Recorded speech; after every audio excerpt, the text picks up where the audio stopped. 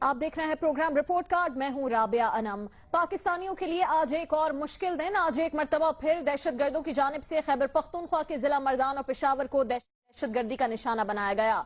मर्दान में जिला कचहरी के गेट पर खुदकुश धमाके के नतीजे में 13 से ज्यादा अफराद शहीद हुए, जबकि 40 से ज्यादा अफराद जख्मी हुए।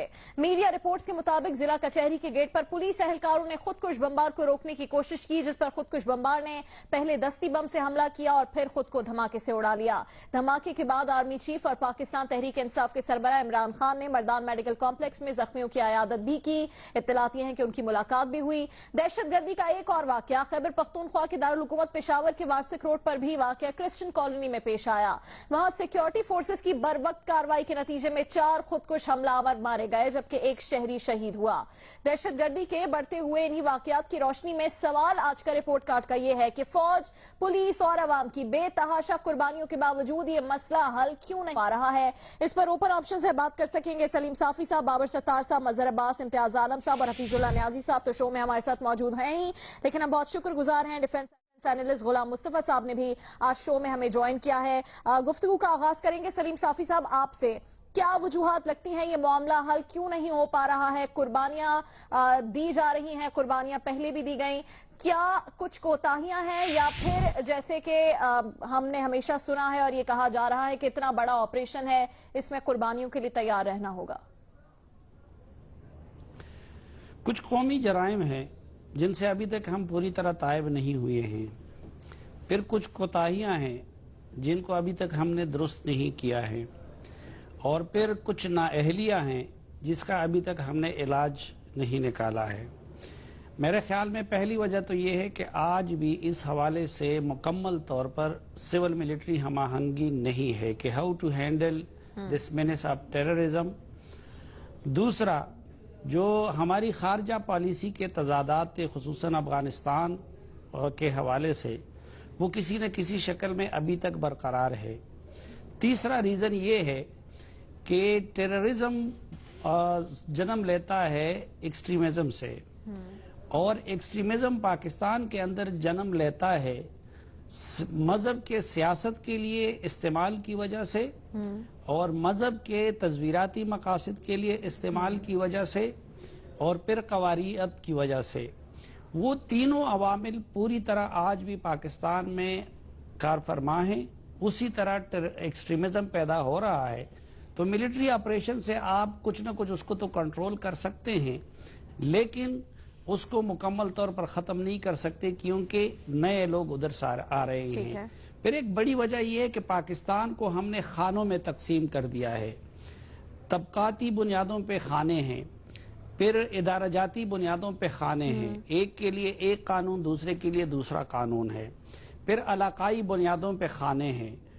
मसलन आज आप देखें कि इन छोटे सूबों के, छोटे इलाकों के हमारे हुक्मरान तबकात और हमारा मीडिया वो इस मसले को सिर्फ पख्तूनख्वा का, फाटा का या बलूचिस्तान का मसला समझते हैं। आज मुझे शर्म आती है एक मीडिया पर्सन होने के नाते ये कहते हुए कि देखे 13 जानें वहां पे गई हैं, और खुदा न खास्ता अगर वो पुलिस वाला वो बहादुरी ना दिखाता तो हमें मर्दान में आज एक और साने क्वेटा देखने को मिलता। दूसरी तरफ पेशावर में वर्सक रोड पे ठीक है, हमारी फोर्सेस ने उधर बहादुरी दिखाई, वक्त पे पहुंचे, सब कुछ हुआ और 4 सुइसाइडर को उन्होंने अपने मंतकी अंजाम तक पहुंचा दिया। लेकिन आप हमारे अक्सर न्यूज़ चैनल के हेडलाइंस देखें, वही MQM की सियासत, वही पानामा लीक्स का ड्रामा। कल हम गिलगित में थे और सीपैक पे सेमिनार था। आर्मी चीफ और पाकिस्तान की सियासी लीडरशिप की मौजूदगी में गिलगित बर के अवाम और उनके नुमाइंदों ने हम 3 मीडिया पर्सन को मुजरिमों की सप में खड़ा किया था, और यही गिला कर रहे थे कि आप लोग तो ड्रामे दिखाते हैं। बड़े शहरों की, लाहौर और वहां के बारिश की खबर पे जितना वक्त लगाते हैं, हमारे लोग मर जाते हैं, हमारे स्टेटस के मसाइल होते हैं, उसको तवज्जो नहीं देते। और वो बदकिस्मती से कि प्राइम मिनिस्टर का भी रवैया नजर आता है। अब देखे उस रोज कराची में जो कुछ हो रहा था, वो एक जगह पे एक मोटरवे का इफ्तिताह कर रहे थे। आज मर्दान में ये सब कुछ हुआ, लोगों को ये तासुर मिल रहा है कि क्यों। बिल्कुल ठीक है, जब ये साफी साहब लाहौर आपका वाला बहुत हमारा वाज़ेह खून पॉइंट है, सामने हम आ सब गया। उसके- यही ऑप्शन, यही पॉइंट हम आगे लेकर भी चलेंगे और लोगों से भी डिस्कस करेंगे। आप कह रहे हैं कि जो दो बड़े मसाइल हैं, सिविल मिलिट्री हम आहंगी नहीं अभी तक दिख रही और खारजा पॉलिसी के तजादात, ये दो बड़े ऑप्शन हैं। उसके बाद आपने कहा कि खानों में तकसीम हो गया है, इंतहा पसंदी की 3 वजूहात हैं, उनको भी खत्म नहीं किया जा रहा। गुलाम मुस्तफा साहब आज रिपोर्ट कार्ड में हमारे साथ मौजूद है। गुलाम मुस्तफा साहब, सिविल मिलिट्री हम आहंगी नहीं है अभी भी आप समझते हैं, और आपको क्या ऑप्शंस लगते हैं, आपको क्या वजूहात लगती हैं, ये मसला हल क्यों नहीं हो पा रहा? देखिए, हमने अभी तक एज ए नेशन इस जंग को नहीं किया। मैं तकरीरों की हद तक, बयानों की हद तक तो हम ये बात सुनते रहते हैं कि ये कौमी जंग है, लेकिन एज ए नेशन हमने इस जंग को नहीं किया। अगर हम समझते हैं कि बलूचिस्तान का मसला है या केपी का मसला है तो हमारी ये गलत फहमी है। ये मसला पूरे पाकिस्तान का है, नंबर 1। नंबर 2, जो हमने एक बड़ा जोर शोर से एक मनसूबा बनाया था नेशनल एक्शन प्लान का, उसके ऊपर अमल दरामद करते हुए हमारे सियासी क़ुव्वतों के शायद पांव लड़खड़ा जाते हैं या उनका ईमान डगमगा जाता है।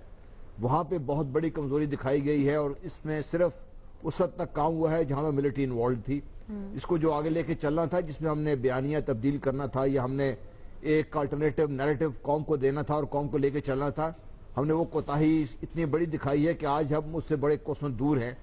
ये बहुत बड़ा एक इशू हमारे लिए ये भी है एक। और तीसरा बड़ा इशू ये है कि हमने जो दहशतगर्दी की नेचर है उसको समझ के जो जिसकी जड़ें हैं उसकी तरफ जाने की हमने कोशिश नहीं की। एक तो साफी साहब ने इशारा कर दिया, जो हमारे मजहबी एक्सट्रीमिज्म है, जो हमारे जो फाइनेंशियल सपोर्ट इसको मिल रही है वो कहां से आ रही है, वो पाइपलाइन कहां से है, उसको क्यों नहीं काटा हमने। जो इसको लॉजिस्टिक सपोर्ट दे रहे हैं उसको हम क्यों नहीं काट रहे। जो इसके जो एक्सटर्नल एलिमेंट्स हैं, एक तरफ इशारा कर दिया उन्होंने अफगानिस्तान का, हम इंडिया के बारे में बात क्यों नहीं कर रहे। हम ये क्यों नहीं बता दे अपने आप को और अपनी कौम को कि मसाइल इससे बहुत बड़े हैं जिसकी तरफ हम बात कर रहे हैं। तो ऑल एंड ऑल मैं ये समझता हूं कि इससे real challenge for the governance, जहां पे हमारी गवर्नेंस हमें फेल होती नजर आती है, और बाबर सत्तार साहब को आर्टिकल कोट करना चाहता हूं कि हम बार बार अपने आप को इस गलतफहमी में या लोगों की खुशफहमी में मुबतला कर देते हैं कुर्बानियां ही इस मसाइल का हल है। हम क्यों कुर्बानियां देते चले आए, हम क्यों नहीं इन कुर्बानियों को उन पर मुसल्लत करते जो हमें इस स्टेज पे लाके खड़ा किया हुआ है। इस टाइम मेरा अपना ख्याल है कि हमें इसको एज ए नेशन ओन करके हमारी लीडरशिप को मजबूत करना पड़ेगा। दो ऑप्शन अगर आपके सबसे बड़े जो वजूहात आप समझ रहे हैं कि इसकी हैं, अभी तक इस मुश्किल से हम नहीं निकल सके, आप कह रहे हैं कि पूरी कौम ने इसे जंग नहीं समझा ये भी, और हमने जो बयानिया तब्दील करना था उसमें हम नाकाम रहे हैं, क्या ये दो बड़ी वजूहात समझते हैं आप? जी, मैं ये समझता हूँ नेशनल एक्शन प्लान पे पूरी तरह अमल ना करना, और इस जंग को जब मैं नेशन की बात करता हूँ तो मैं primarily I am talking about the जो हमारी पॉलिटिकल लीडरशिप है, जिसको इस पूरी जंग को ऑन करके लेके चलना होता है। जी, नैब पर अमल दरामद ना करना। और दूसरा ऑप्शन आप क्या समझते हैं बड़ी वजह? हमारे जो कौमी सतह पर नेशनल लीडरशिप ने इसको ऑन नहीं किया, वो बड़ी वजह है। जब मैं कौम की बात करता हूं तो लीडरशिप इसमें पहले लीडरशिप इसमें सीरियस नजर नहीं आ रही, उस तरह से इसको आगे लेकर नहीं चली है।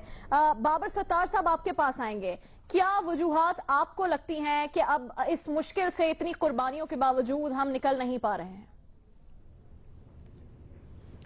राबिया, एक तो देखिए एक बड़ा बोझ है हमारी हिस्ट्री का और गलत पॉलिसीज का जो पिछले 30-35 साल का है, जिसकी वजह से हमने ये टेररिज्म का सारा इंफ्रास्ट्रक्चर अपने मुल्क में बनाया। शायद ही कोई और ऐसा मुल्क हो हमारे अलावा जिसने इतना वसी इंफ्रास्ट्रक्चर खुद बनाया हो अपने ही मुल्क में, जो कि उसी मुल्क के खिलाफ अब काम कर रहा है, और उस मुल्क के दुश्मन बाकी ममालिक जो हैं वो भी उसी इंफ्रास्ट्रक्चर को हमारे खिलाफ इस्तेमाल कर सकते हैं। सो इसकी वजह से इस जंग की नौयत मुश्किल है। अपने मुल्क के लोग, अपने मुल्क के जब लोग अंदर से आपके खिलाफ हों, आपके साथ जंग कर रहे हों, उसे खत्म करना काम आसान नहीं है। सो पहली बात तो ये कि ये जंग मुश्किल है, इसमें थोड़ा टाइम लगेगा। दूसरी बात ये कि मेरा नहीं ख्याल कि हमारी कोई इफेक्टिव इंटरनल सिक्योरिटी पॉलिसी है। हम नेशनल एक्शन प्लान की बहुत बात करते हैं, लेकिन अगर उसे भी हम गौर से देख लें तो उसके अंदर भी बहुत सारी बातें नहीं हैं। उसके अंदर कोई जिक्र नहीं कि आपकी प्राइम इंटरनल सिक्योरिटी एजेंसी क्या होगी, उसके अंदर कोई जिक्र नहीं कि पुलिस को आप कैसे एक इफेक्टिव इंस्टीट्यूशन बनाएंगे, कैसे कम्युनिटी पुलिसिंग होगी। सो बहुत सारे ऐसे एरियाज हैं जिसके ऊपर तवज्जो होनी चाहिए थी। इंटरनल सिक्योरिटी कैसे आपने ठीक करनी है, वो उसके अंदर नहीं है। सो मेरा ख्याल है दूसरा बड़ा मसला हमारा ये है। میرا خیال ہے تیسرا بڑا مسئلہ یہ ہے کہ جو صافی صاحب نے بھی جس کے اوپر کا اشارہ کیا، نشاندہی کی، کہ ہماری پالیسی کانٹرڈکشنز ہیں. ہمیں بالکل بات کرنی چاہیے انڈیا کی کہ انڈیا ہمارے انفراسٹرکچر کو کیسے ابیوز کر رہا ہے، یا وہ کیا کر رہا ہے، ٹریننگ کر رہا ہے لوگوں کی، پیسے بھجوا رہا ہے، کیا کر رہا ہے. لیکن اس کے ساتھ ساتھ ہمیں اپنی ریاست سے یہ بھی پوچھنا ہے کہ وہ یہ کرنے میں کیوں کامیاب ہو رہا ہے. اگر ہمیں ان کے ڈیزائنز بھی پتہ ہیں، ہمیں پتہ ہے کہ وہ کیا طریقہ استعمال کرتے ہیں، تو ہم کیوں نہیں روک پاتے ہیں اس چیز کو. اور یہ کیوں ہوتا ہے کہ جیسے ہی کشمیر کے اندر کوئی چیز سٹارٹ ہوتی ہے تو یہاں پہ جماعت الدعوہ ہو جائے یا یہاں پہ جیش محمد ہو جائے، اس کے لیے سمپتیز بڑھ جاتی ہیں، وہ اپنی ریلیز نکالنا شروع کر دیتے ہیں. افغانستان سے ہمارے تعلقات خراب ہوتے ہیں تو ہم اپنی افغان طالبان پالیسی کو ڈیفینڈ کرنا شروع کر دیتے ہیں. تو جو بنیادی ہماری پالیسی کی کانٹرڈکشنز ہیں، میرا خیال ہے کہ ہمارا ری ایکٹیو اس کی طرف لاجیکل ہماری اپروچ نہیں ہے، ری ایکٹیو اپروچ ہے. بالکل یہ تین بڑی وجہ مجھے سمجھ آتی ہیں. جنگ آپ کہہ رہے ہیں کہ یہ مشکل ہے، لیکن انٹرنل سیکیورٹی پالیسی کا نہ ہونا، خارجہ پالیسی کے تضادات آپ بھی سمجھتے ہیں کہ یہ بہت بڑی وجوہات ہیں جس کی وجہ سے ابھی تک ہم اس مسئلے سے نکل نہیں پا رہے ہیں، مسئلہ حل نہیں ہوا ہے. امتیاز عالم صاحب آپ کے پاس آئیں گے. کیا بڑی وجوہات آپ کو لگتی ہیں جس کی وجہ سے یہ مسئلہ حل نہیں ہو پا رہا؟ دیکھیے، دہشت گردی جو ہے اس کی نظریاتی، ثقافتی اور تاریخی روٹس ہے. جیسے کہ ہمارے دوستوں نے پہلے کہا، 40 سال تک اس سانپ کو پالا گیا ہے اور یہ بہت جگہ جگہ پھیلا ہے، کریا کریا پھیلا ہے. اس کو سمیٹنے میں ٹائم لگے گا، اور خاص طور سے جنرل صاحب نے کہا، وہ بیانیہ، وہ فکر، وہ نظریہ، وہ سوچ جو اس ذہن سے نجات دلا سکتی ہو. دوسری بات ہے اس خاص واقعے کے حوالے سے، وہ میں پہلے تو افسوس کرنا چاہوں گا پشاور اور مردان اور وارسک میں جو یہ واقعات ہوئے، اور جن لوگوں کے گھر کے چراغ آج گل ہوئے ہیں، ان سب خاندانوں سے بڑے دلی جذبات کے ساتھ میں تعزیت کرتا ہوں. وہ یہ ہے کہ یہ جنگ اب مقامی نہیں رہی ہے. ہم نے بڑی کامیاب کر لی ضرب عزم، لیکن اب آپ دیکھیے کہ پورس بارڈر ہے بالکل 2500 کلومیٹر کا پاکستان افغانستان کے درمیان. وہاں سے یہ لوگ یہاں آ کے حملے کر رہے ہیں اور یہاں سے لوگ وہاں جا کے حملے کر رہے ہیں. تو جب تک ہم اس افرید کو نہیں ختم کر سکتے، جب تک یہ کراس بارڈر سلسلہ ختم نہیں ہوتا، یعنی پراکسی جنگیں چل رہی ہیں. پراکسی جنگ بھارت بھی کر رہا ہے، پراکسی جنگ ہم بھی کرتے رہے بھارت سے، لیکن اب معاملہ ایسا آ گیا ہے، ہمیں چاروں طرف سے گھیرا جا رہا ہے. ہندوستان، امریکہ اور افغانستان کا سہ فریقی اتحاد بنا ہے. حالانکہ ہمارا کردار مرکزی ہے پاک ریجن میں، اور ابھی ہم اتحادی ہے اس جنگ میں، لیکن ہم پہ اعتماد کیوں نہیں کیا جا رہا؟ حالانکہ قربانیاں ہم نے زیادہ دی ہیں. اس کا اعتراف جان کیری نے دلی میں کھڑے ہو کر بھی کیا ہے، اور یہ بھی تعریف کی ہے کہ ہم نے حال ہی میں کچھ بڑے اقدامات اٹھائے ہیں جو افغانستان کے امن کے حوالے سے ضروری ہے.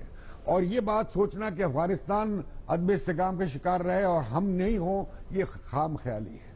پہلے تو افغانستان پاکستان کے درمیان ایک سیکیورٹی پیکٹ کیجیے آپ، ٹھیک ہے، اور یہ جو بھی یہاں سے جاتا ہے، یہ وہاں سے آتا ہے، اسے روکیے. دوسرا یہ کہ وقت ہے کہ اب بھارت سے بات بھی کی جائے. یہ جو توپیں لندن سے کھلی ہیں، یہ جو توپیں جنیوا سے چل رہی ہیں، یہ جو مارا ماری افغانستان کے بارڈر سے ہو رہی ہے، جو اس میں راؤ کا کردار نظر آ رہا ہے، اب مسئلہ یہ ہے کہ ان سے بات کرنے کی. تو آپ امتیاز صاحب کہہ رہے ہیں کہ پراکسی وار ہے، سرحد پار سے مداخلت ہے، یا جو ہمارے پڑوسی ہیں ان سے جو ہمارے تعلقات ہیں ان کو درست کرنا ہوگا، وہاں سے مداخلت ختم ہونی ہوگی؟ میں نے دو وجوہات کی ہیں. ایک تو یہ کہ نظریاتی اس ذہن کو تبدیل کرنے کی بات ہے، اسے شکست دینے کی. دوسری، ہمیں ایک پرامن ہمسائیگی چاہیے. اس کے بغیر یہ نہیں ہوگا کہ افغانستان غیر مستحکم ہے تو ہم مستحکم ہو جائیں گے. ہم بھارت سے پنگا لیں گے تو بھارت پنگا نہیں کرے گا. ہم پنگا کریں گے تو وہ کریں گے، وہ کر رہے ہیں تو ہم کریں گے. تو اس سے اس وشیش سرکل سے نکلنا چاہیے. مطلب اچھے تعلقات اور ایک پورے خطے میں اچھے تعلقات. بالکل ٹھیک ہے، نظریات اب تک تبدیل نہیں ہوئے، یہ بہت بڑی وجہ ہے. اور دوسرا یہ کہ ہمارے جو پڑوسی ہیں ان سے ہمیں تعلقات بہتر کرنے ہوں گے. جب تک وہ تعلقات بہتر نہیں ہوں گے، سرحد پار سے مداخلت جاری رہے گی اور اسی طرح کے حالات کا ہمیں سامنا کرنا پڑے گا. مظہر عباس صاحب، حفیظ اللہ نیازی صاحب سے بھی ہم بات کریں گے، لیکن رپورٹ کارڈ میں وقت ہوا ہے ایک بریک کا. چاند کی جو اپڈیٹ ہے وہ بھی آپ کو اس پر دے رہے ہیں. مفتی منیب اس حوالے سے گفتگو کریں گے تو ان کی گفتگو بھی آپ کو دکھائیں گے. وقت ہوا ایک بریک کا، ہمارے ساتھ رہیے. Welcome back to report card. हम बात कर रहे थे फौज, पुलिस और अवाम की बेतहाशा कुर्बानियों के बावजूद मसला है दहशतगर्दी का, वो हल क्यों नहीं हो रहा, क्या मसाइल हैं, क्या वजूहात हैं, इस पर हमने बात की। कहा गया है कि पूरी कौम ने इसको एक जंग की तरह अभी तक शायद नहीं लिया, नैप पर अमल दरामद नहीं हो रहा, बयानियां तब्दील करना था वो नहीं हो सका, प्रॉक्सी वॉर और सरहद पार से मुदाखलत, बहुत सारी वजूहात सामने आ रही। मजहर अब्बास साहब, आपको क्या बड़ी वजूहात लगती हैं दो, जिसकी वजह से ये मसला हल नहीं हो पा रहा? देखिए, पहली चीज तो ये कि आज दोनों जो हमले जिनको कहा जा रहा है वो दोनों नाकाम हमले हैं। हम इस चीज को नहीं देख रहे, इसकी पॉजिटिविटी को उस लिहाज से नहीं देख रहे कि ये टोटल 5 खुदकुश हमलावर थे, यानी 4 एक जगह और एक जगह, और दोनों अपने असल टारगेट तक नहीं पहुंच सके। तो ये तो आपकी एक इस ऑपरेशन की एक सक्सेस स्टोरीज में से है। और इसके अलावा भी और भी वाकयात हैं।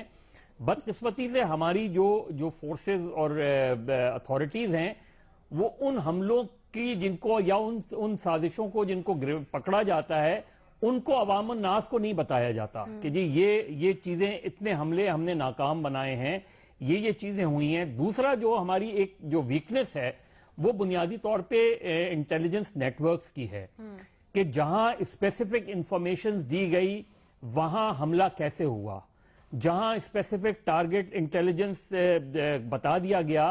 जिस तरह कराची एयरपोर्ट पे ये भी बता दिया गया था कि जी इस गेट से आ सकते हैं, उसके बाद वो हमला क्यों कैरी हुआ, इंटेलिजेंस की कमजोरी। बिल्कुल इसी तरह डीआई खान जेल ब्रेक का स्पेसिफिक इंफॉर्मेशन दे दी गई, फिर वो कैसे हुआ, उसके बाद कार्रवाई क्या हुई। ये हमारी कमजोरियां हैं कि हमारे नेटवर्क्स की कोऑर्डिनेशन में इतनी ज्यादा खामी कि आपको स्पेसिफिक इंफॉर्मेशन के बावजूद अगर वो हमला कैरी होता है और वो सक्सेसफुल हो जाता है तो फिर ये नाकामी है। दूसरी, हम अपनी खारजा पॉलिसी की सिमत का तयन नहीं कर पा रहे, हम बुनियादी तौर पे नहीं तय कर पा रहे, और इसमें सिर्फ सिविल लीडरशिप को ही मरूज इल्जाम नहीं ठहराना चाहिए, दोनों तरीके से, क्योंकि नेशनल सिक्योरिटी और खारजा पॉलिसी ऑलमोस्ट इंटरलिंक्ड हो गए हैं जो इस वक्त ग्लोबल सिचुएशन है। इसलिए हमारी ये नहीं हो रहा। मैं इस चीज से एग्री नहीं करता कि पॉलिटिकल लीडरशिप इसकी ओनरशिप नहीं ले रही। पॉलिटिकल लीडरशिप अगर इसकी ओनरशिप नहीं लेती तो ऑपरेशन ज़रबयाज़ नहीं शुरू होता। इसलिए पिछली गवर्नमेंट ने भी सवात मालाकंड में ऑपरेशन जो हुआ उसकी ओनरशिप पॉलिटिकल लीडरशिप ने ली थी। इंटेलिजेंस की कमजोरी और खारजा पॉलिसी की जो सिमत है उसका तयन अभी तक नहीं कर सके, वो एक बहुत बड़ी वजह है। हफीजुल्लाह न्याजी साहब, यकीनन जो जानें आज जाया हुई हैं उसका सबको बहुत ज्यादा दुख है, और इस तरह के पहले भी वाकयात हुए हैं, उस पर जितना दुख किया जाए वो कम है। लेकिन जैसे कि मजहर अब्बास साहब ने कहा है कि ये फेल हुए हैं जो अटैक्स आज हुए हैं, क्या आपको लगता है कि हम एक बेटर साइड पर जा रहे हैं, एक बेहतरी की जानिब जा रहे हैं कि हम इस तरह के अटैक से अब इसको फेल कर रहे हैं, बच रहे हैं?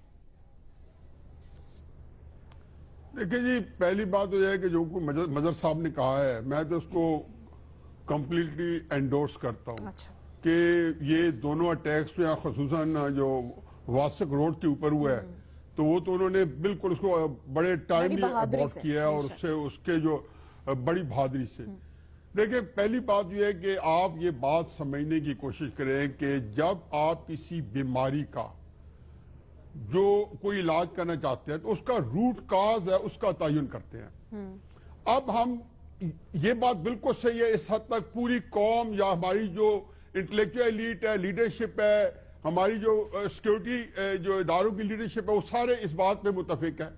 लेकिन जब रूट काज की तरफ जाते हैं तो हर एक बंदा जो है अपना एक एंगल लेके, अपना जाविया लेके वो आ जाता है, और उसके अंदर वो चाहता है साथ ये भी साथ माल बेचो, जो मैं बेच रहा हूं ये भी खरीदो।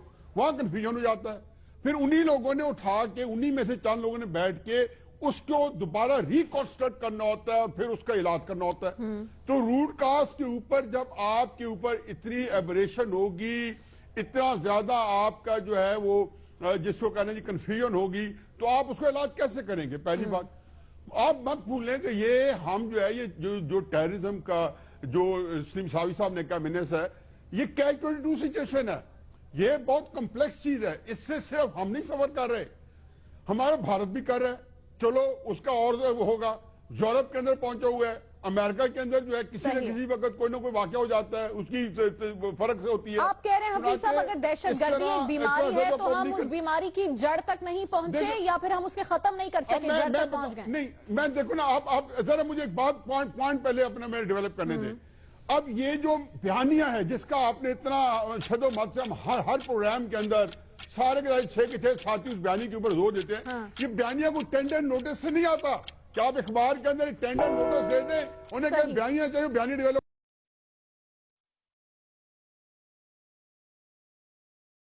مومنٹ لگا کہ بیانیہ نہیں ڈیولپ ہوا. کیوں؟ کنفیوژن نہیں تھا. اب آپ کا یہ ٹیررزم کے اوپر ہر بندے کہتا ہے کہ جی پاکستان کے اندر یہ وجہ ہے, یہ وجہ ہے. یہ 13 سال یا 15 سال 9/11 سے پہلے 2001 سے پہلے ہم اسے متعارف ہی نہیں تھے جو جس ٹیررزم کو ہم فیس کر رہے ہیں. تو چنانچہ یہ کیوں نہیں دیکھتے کہ کیا کیا وجوہات ہے. جنرل صاحب نے کہا بالکل صحیح کہہ رہے ہیں کہ جی آپ انڈیا کا جو سب سے بڑی وجہ ہے جو انڈیا کا افغانستان کا یا یو ایس کا نیا ایگریمنٹ ہوا ہے اس کی پیچھے پچھلے 25-30 کا بیک گراؤنڈ ہے. 1988 سے پلاننگ شروع ہوئی ہے. یہ لمبی کہانی ہے. بالکل ٹھیک ہے حفیظ صاحب, کیونکہ وقت ختم ہو گیا. آپ بھی کہہ رہے ہیں کہ خارجہ پالیسی کی سمت کا صحیح سے تعین نہیں ہے اور دہشت گردی کو جڑ سے ختم نہیں کیا کیونکہ ہم اس جڑ تک پہنچے ہی نہیں. میں ایک بتاؤں, پہلی بات یہ ہے کہ اس میں لیمیٹیشنز ہیں, لیکن جو کچھ ہو رہا ہے بہرحال دامے دمے سکھنے محنت ہو رہی ہے اور کئی حالات ہیں وہ ٹھیک ہو رہے ہیں اور ان کے ساتھ یہ بھی بالکل ٹھیک ہے. حفیظ صاحب آپ کا پوائنٹ سامنے آ گیا. وقت چونکہ کم ہے, بڑھیں گے اپنے آج کے دوسرے ایک اہم سوال کی جانب. ایک اہم ٹاپک ہے جس پر ڈسکشن ہو رہا ہے صبح سے ہی.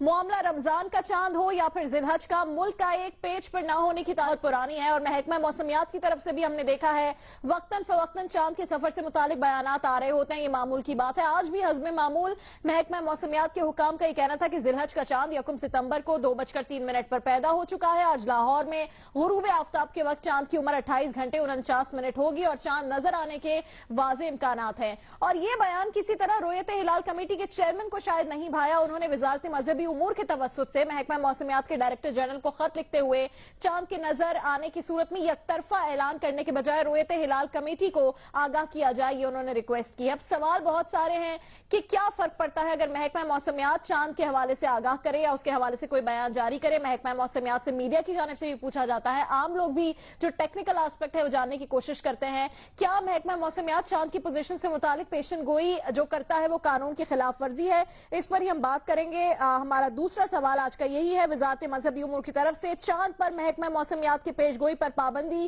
کیا درست ہے یا پھر نہیں, ہاں یا نہیں میں اس کا جواب دیا جا سکتا ہے. مظہر عباس صاحب سب سے پہلے آپ کے پاس آئیں گے.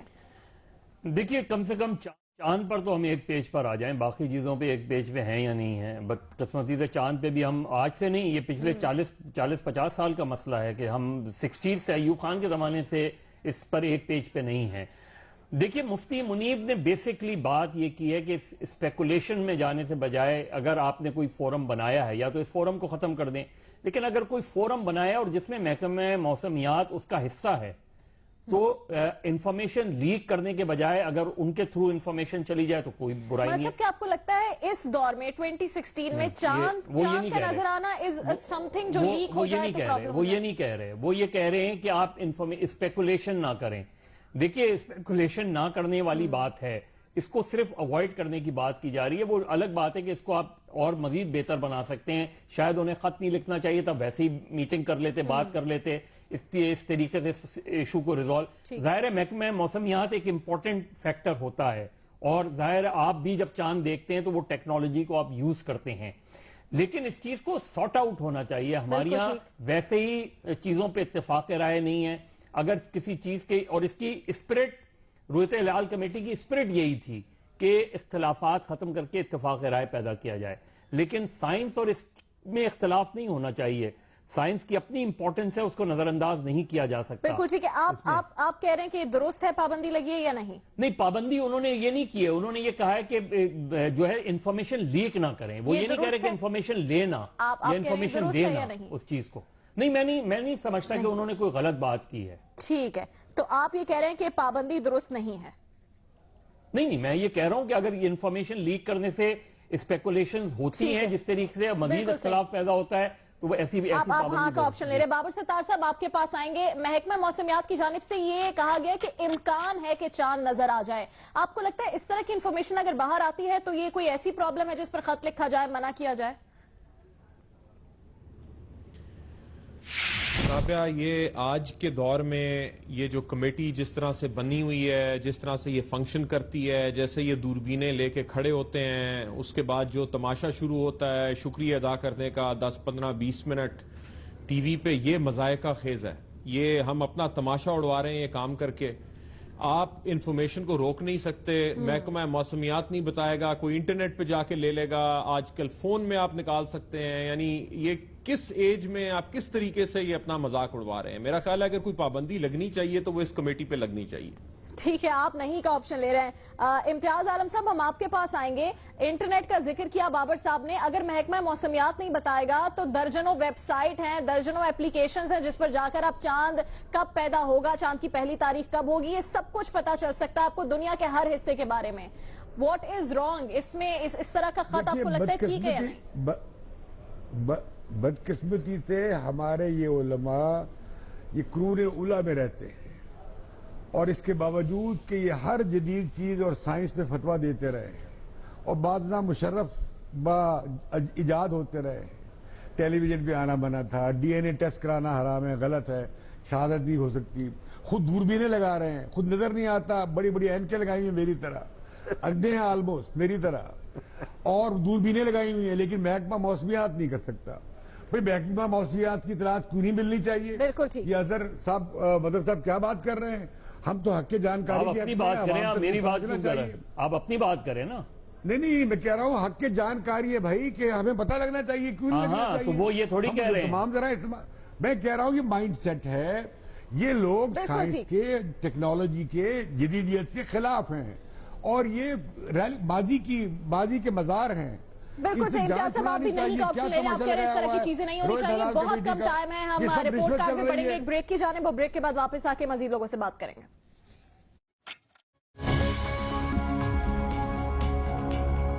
Welcome back to the programme. چاند کے معاملے پر ہم بات کر رہے ہیں، اور انفارچونیٹلی جس طرح مظہر عباس صاحب نے کہا ہے کہ اس دفعہ بھی ایک پیج پر نہیں ہے ہم چاند کے معاملے پر. غلام مصطفیٰ صاحب آج رپورٹ کارڈ میں ہمارے ساتھ موجود ہیں. غلام مصطفیٰ صاحب، آپ کو کیا لگتا ہے یہ جو لیٹر لکھا گیا ہے، کیا اس سے تاثر یہ والا سامنے نہیں آتا کہ پہلے پوپل زئی صاحب تھے، ان سے معاملات ٹھیک نہیں ہو رہے تھے، ان سے بڑی مشکل سے ٹی او آرز طے پائے ہیں پچھلے چاند میں ہم نے دیکھا، اب ایک نیا فریق سامنے آ گیا محکمہ موسمیات؟